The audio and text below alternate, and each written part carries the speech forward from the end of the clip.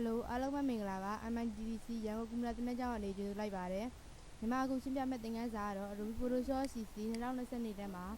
Lasso 2 group ကိုရှင်းပြပေးသွားမှာဖြစ်ပါတယ်ပထမဦးဆုံးညီမက Magnetic Lasso 2 ကိုရှင်းပြပေးသွားမှာဖြစ်ပါတယ်ဒီဘက်ဆိုလို့ရှိရင်တော့ YANGON နှိပ်အောင်ဖြစ်ပါတယ် Magnetic Lasso 2ကတော့သူကတန်လိုက်ပုံမျိုးပါမိမိပြုလုပ်မိနေရာမှာကလစ်ချက်ချလိုက်ပါတောင်လေးရာတွေပြနော်ကလစ်ချက်ချလိုက်ပါပြီးလို့ဆိုလို့ရှိရင်တော့သူကမောက်ကိုဖိဆွဲစရာမလိုပါဘူးဒီတိုင်းပဲဆွဲသွားလိုက်ပါဒီလိုတောင်လေးတွေရောက်ပြီဆိုလို့ရှိရင်သူ့လိုကိုယ်သွားပါတယ်မောက်ကလိုက်ပြီးရွှေ့ပေးအောင်ပါပဲဘာမှလုပ်စရာမလိုပါဘူး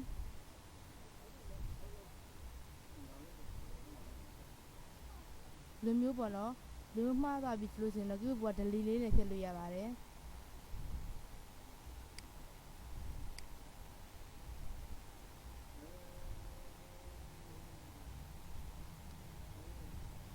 မောက်ကရွှေ့ပေးအောင်ပါပဲ sorry ဒီမှာဆိုလို့ရှိရင်မှားသွားပါတယ်မှားသွားပြီဆိုလို့ရှိရင်တော့ဒီဘက်က delete လေးနဲ့လိုက်ပြီးဖြတ်လိုက်ပါဒါဆိုလို့ရှိရင်တော့သူကသူ့လိုတန်းသွားပါတယ်ဒီမှာဆိုလို့ရှိရင်အပေါ်ပိုထွက်သွားပါတယ်အဲ့ဆိုလို့ရှိရင်တော့ဒီဘက်က delete နဲ့ဖြတ်လိုက်ပါဒါဆိုလို့ရှိရင်တော့ဒီမှာထားသွားပါပြီ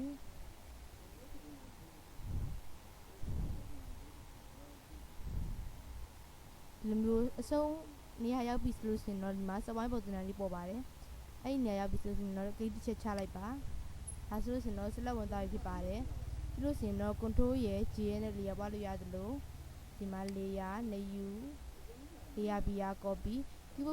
က်ပွားဆိုလို့ရှိရင်တော့ control ရဲ့ G ရဲ့နဲ့ layer ပေါင်းလို့ရပါတယ် layer ပွား sorry layer ပွားတာပါပြီးလို့ရှိရင်တော့ဒီနောက်မှာ background ထည့်မှာဖြစ်တဲ့အတွက်ညီမတို့က background layer ကို select ပေးပါတယ်ပြီးလို့ရှိရင်ဒီမှာ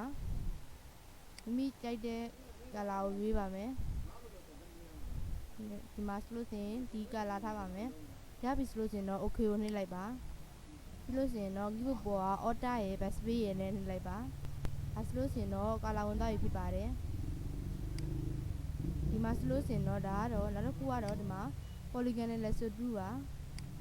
polygon နဲ့ lasso 2ကတော့ down တွေကိုဆွဲတဲ့အခါမှာအသုံးပြုပါတယ်ဒီမှာဆိုလို့ရှိရင်ဒီတောင်းမှာကလစ်ချက်ချလိုက်ပါ mouse ကိုဖိစီရမလိုပါဘူးဒီတိုင်းလေးပဲဆွဲသွားလိုက်ပါဒီ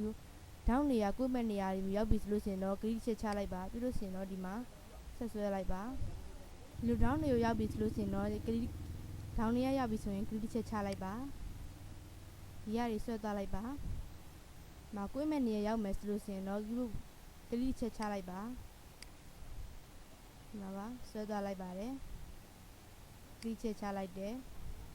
ဒီလိုနေရာမျိုးပေါ့နော်မိမိကိုယ့်မဲ့နေရာမျိုးရောက်ပြီဆိုလို့ရှိရင်တော့ဒီမှာကလစ်ချက်ချလိုက်ပါပြီးမှဆက်ကွေးရမှာဖြစ်ပါတယ်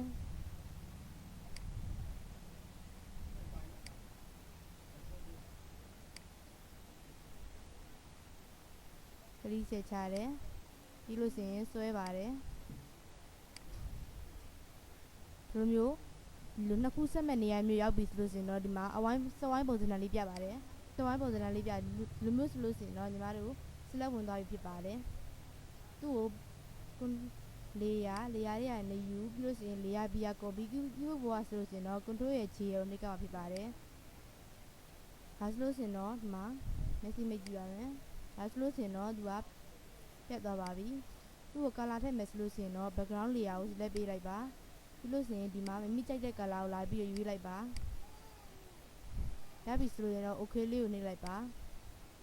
ပြီးရင် keyboard ပေါ်က Alt ရဲ့ backspace ရဲ့နှိပ်လိုက်ပါ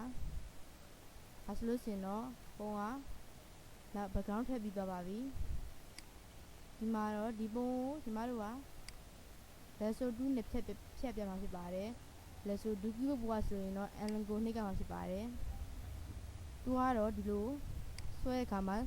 mouse ကိုဖိပြီးမလွတ်ရပါဘူးဖိပြီးဆွဲသွားလိုက်ပါဒါကတော့လက်နိုင်မှရမှာပါလက်နိုင်ရင်တော့ပိုပြီးကောင်းတာပေါ့နော်မကတော့သိလက်မနိုင်သေးပါဘူး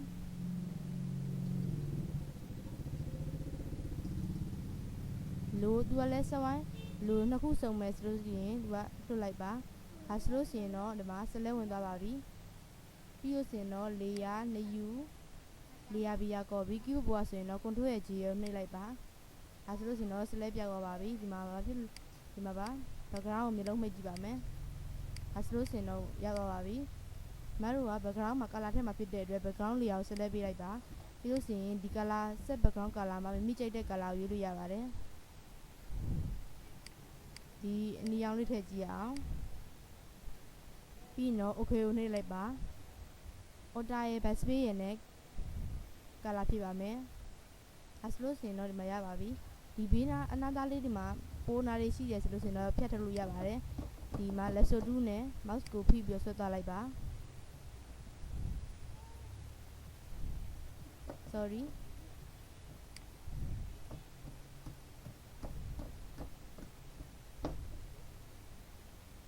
လူစလဲဝင်သွားပြီဆိုလို့ရှိရင်တော့ keyboard ပေါ်က delete နဲ့ဖြတ်ကြမှာပါ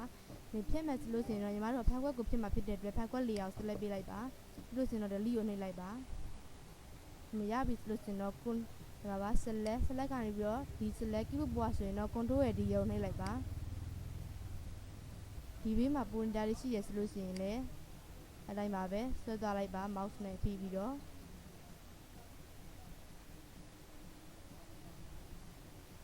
ရပြီဆိုလို့ရှိရင်တော့ keyboard ပေါ်က delete လေးကိုနှိပ်လိုက်ပါပြီးရင်တော့ select ကနေပြီးတော့ဒီ select control ရဲ့ D ကိုနှိပ်ရပါတယ်ဒါဆိုလို့ရှိရင်တော့ပျောက်သွားပါပြီဒီပုံလေးကိုစေ့မယ်ဆိုလို့ရှိရင်တော့ file ရတယ်ပြီးတော့ save as keyboard ပေါ်ဆိုရင်တော့ Shift Control S ကိုနှိပ်ကြမှာဖြစ်ပါတယ်ဒီလိုမျိုးပေါ်လာပြီဆိုလို့ရှိရင်တော့ဒီမှာ Save on your computer ဆိုတာနှိပ်လိုက်ပါမိမိပြုလုပ်ပြီး file ပေါ့နော်မိမိရဲ့ဘယ်မှာသိမ်းပါလဲ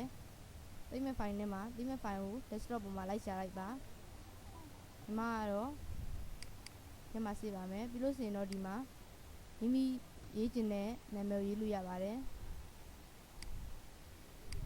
ဒီနေရာမှာတော့နောက်တစ်ခါပြန်ပြီးအသုံးပြုချင်တယ်ဆိုလို့ရှိရင်တော့ဒီမှာ PSC နဲ့ပဲသိမ်းပါဒီမှာတော့မသုံးတော့ဘူးတခါတည်းစိတ်မှာဖြစ်တဲ့အတွက်ဒီမှာ JPEG ကိုရေးပေးလိုက်ပါတယ်ပြီးလို့ရှိရင်တော့ save ဆိုတာလေးကိုနှိပ်လိုက်ပါဒီမှာတော့ quality မှာတော့အမြဲတမ်းစနစ်ဖြစ်နေရပါမယ်ပြီးလို့ရှိရင်တော့ okay ကိုနှိပ်လိုက်ပါဒီပုံကို save မယ်ဆိုလို့ရှိရင်လည်း file ရတယ်ပြီးတော့ save as ဒီမှာမိမိပြုလုပ်ပြီး file ထဲမှာရှာလို့ရပါတယ်ဒီမှာဆိုရင် JPEG ကိုရေးပေးလိုက်ပါပြီးလို့ရှိရင်တော့ save ဒီမှာစနစ်ဖြစ်နေပြီဆိုလို့ရှိရင်တော့ okay ကိုနှိပ်လိုက်ပါဒီမှာခုရှင်းပြပေးသွားတာကတော့ Lasso 2ခုအကြောင်းကိုရှင်းပြပေးသွားတာဖြစ်ပါတယ်အားလုံးပဲကျေးဇူးတင်ပါတယ်